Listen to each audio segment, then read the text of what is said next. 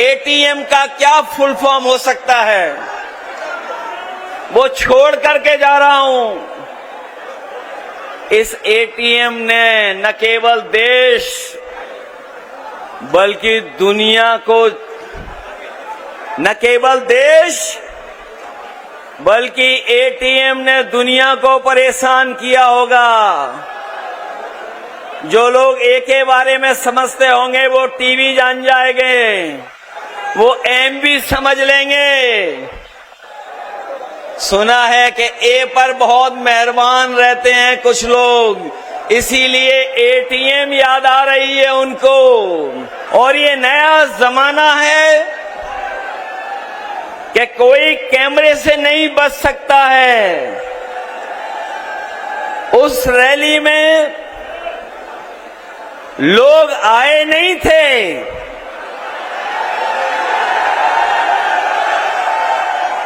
लोगों को लाया गया था।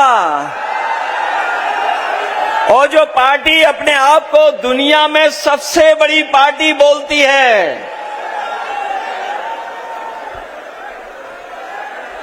उस पार्टी के नेताओं को अपने सरकारी कर्मचारियों का सहारा लेना पड़ा।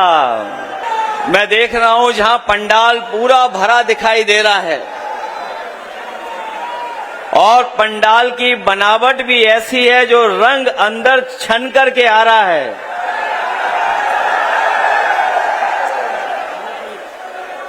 पता नहीं राजकुमार भाटी जी ने कौन सा साइंटिफिक अप्रोच उन्होंने अपनाई है कि जो रोशनी अंदर आ रही है पंडाल के अंदर छन करके वो लाल लाल लाल दिखाई दे रही है।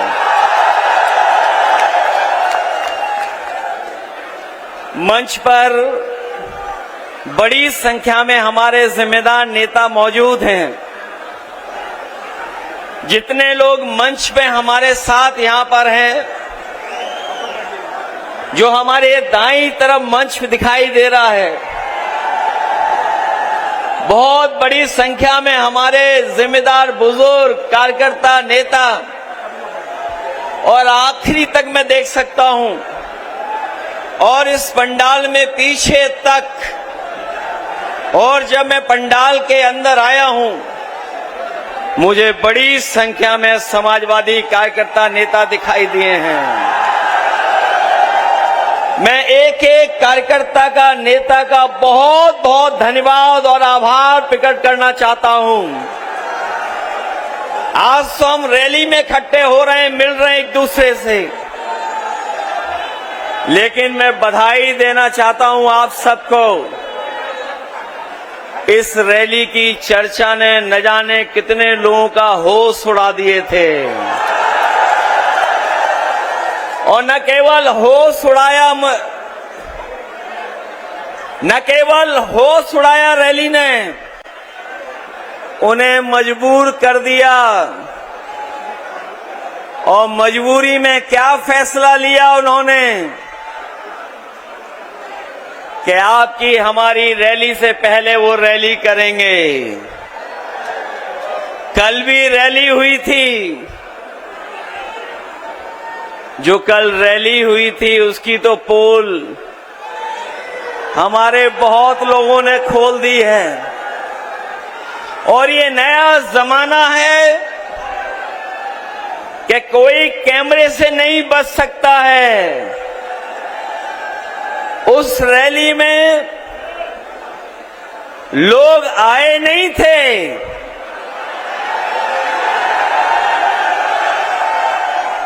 लोगों को लाया गया था। और जो पार्टी अपने आप को दुनिया में सबसे बड़ी पार्टी बोलती है,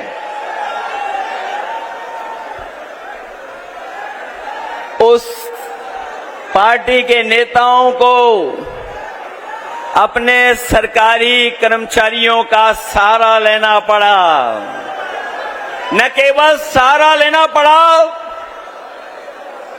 बल्कि एक कुछ दिन पहले जिस संस्था की वजह से न केवल देश में बल्कि दुनिया में वो रोबोट जो दिखाया गया था, सुनने में आया है कि यूनिवर्सिटी कॉलेज से न केवल छात्रों को बुलाया गया और छात्रों को बुला करके कहा गया कि रैली के बाद आपको छुट्टी दी जाएगी। आप जानकारी कर लेना, जहां जहां से छात्र बुलाए गए थे उन सब छात्रों को लंबी छुट्टी दी गई है। और इस बार रैली में जो लोग आए हैं, बीजेपी की उत्तर प्रदेश से छुट्टी होकर के दिल्ली से भी छुट्टी होना तय है। जो लोग हवाई अड्डे का उद्घाटन कर रहे थे, जिन लोगों ने खबरें ठीक से पढ़ी होंगी, पहले भी उद्घाटन हुए हैं एयरपोर्टों के, जो उद्घाटन हुए सरकार में, जो कभी समाजवादियों की भी देन है उसमें बनाने में, 7 एयरपोर्ट में 6 बंद हो गए हैं। 7 एयरपोर्ट उद्घाटन किए गए थे, 6 बंद हो गए हैं। कम से कम इस एयरपोर्ट का ये वादा करके जाते कि उद्घाटन के बाद इसको बेचा नहीं जाएगा। लगता तो ऐसा है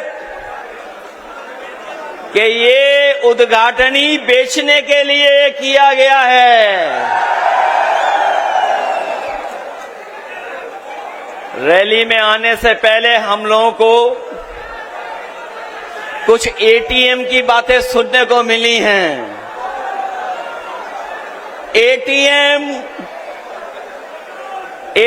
की बातें सुनने को मिली हैं। हम लोग तो 10 साल से सरकार में नहीं हैं। कम से कम अपने छोटी वाली एटीएम का हिसाब किताब तो कर लेते कि 10 साल में एटीएम का कितना हिसाब किताब बना होगा। और मैं ये अपने पत्रकार साथियों को एक क्विज, एक एटीएम का क्या फुल फॉर्म हो सकता है, वो छोड़ करके जा रहा हूं। इस एटीएम ने न केवल देश बल्कि दुनिया को, न केवल देश बल्कि एटीएम ने दुनिया को परेशान किया होगा। जो लोग ए के बारे में समझते होंगे वो टीवी जान जाएंगे, वो एम भी समझ लेंगे।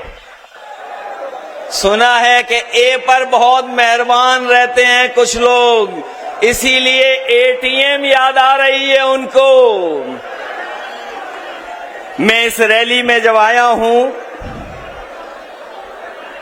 तो मुझे सबसे पहले हमारे गुर्जर सम्राट मेहर भोज के प्रतिमा पर सम्मान करने का मुझे मौका मिला है। मैं अपने साथियों को याद दिलाना चाहता हूं कि हम सब लोगों ने वो लड़ाई लड़ी थी जब दूसरे लोग हमारा आपका इतिहास भी छीनना चाहते थे, हमारे सम्राट को भी छीनना चाहते थे। मैं अपने तमाम लोगों को भरोसा दिलाता हूं कि नोएडा में तो आपके और ग्रेटर नोएडा और आपके जिले में इन महान लोगों को जब भी हमें मौका मिला है, चाहे हमें स्टेडियम बनाना पड़ा हो तो हमने शहीद विजय सिंह पथिक के नाम पर स्टेडियम बनवाया था, और यहां का सबसे बड़ा पार्क जो हम लोगों ने गुर्जर सम्राट मेहर भोज जी के नाम पर बनाया था। मुझे याद है 1857 की लड़ाई जहां तमाम क्रांतिकारियों ने लड़ी थी, उसमें हम अपने कभी भी कोतवाल धान सिंह गुर्जर जी को कभी भूल नहीं सकते हैं। मैं आज आप लोगों को भरोसा दिला के जा रहा हूं कि जहां आपने यहां पर जगह जगह पर जो आपकी प्रतिष्ठित जगह हैं, वहां पर आपने इनका सम्मान देने का काम किया है। आप 2027 में सरकार बनाइए, राजधानी लखनऊ में भी इन तीनों और तमाम हमारे पीढ़ी महापुरुषों के योगदान को याद दिलाने के लिए हम लोग स्मारक और उनकी रिवर फ्रंट पे प्रतिमाएं लगवाने का काम करेंगे। हालांकि कल जब रैली में लोग आए थे, उन्होंने बहुत सारी बातों पे चर्चा कर दी, लेकिन वो गैस सिलेंडर की चर्चा करना भूल गए हैं। याद रखिए, भारतीय जनता पार्टी का एक एक फैसला जब कभी भी हुआ है तो इन्होंने हमें और आपको दुख और तकलीफ देने का काम किया है, परेशानी दी है, और न जाने कितनी बार भारतीय जनता पार्टी के लोगों ने हमको धोखा देने का काम किया है। मैं अपने किसान भाइयों को भरोसा दिला के जा रहा हूं, इन्होंने जमीन ली होगी, लेकिन बाजार भाव से आपको मुआवजा नहीं दिया गया। मैं अपने किसान भाइयों को कह के जा रहा हूं कि जब भी समाजवादी सरकार बनेगी, हम अगर कभी भी किसानों की जमीन लेकर के कोई विकास काम करेंगे तो उन किसानों को बाजार भाव की कीमत देने का काम करेंगे। जिनकी जमीनें गई हैं, वो जानते होंगे कि इन्होंने धोखा देने का काम किया, उनको बाजार का मुआवजा नहीं दिया।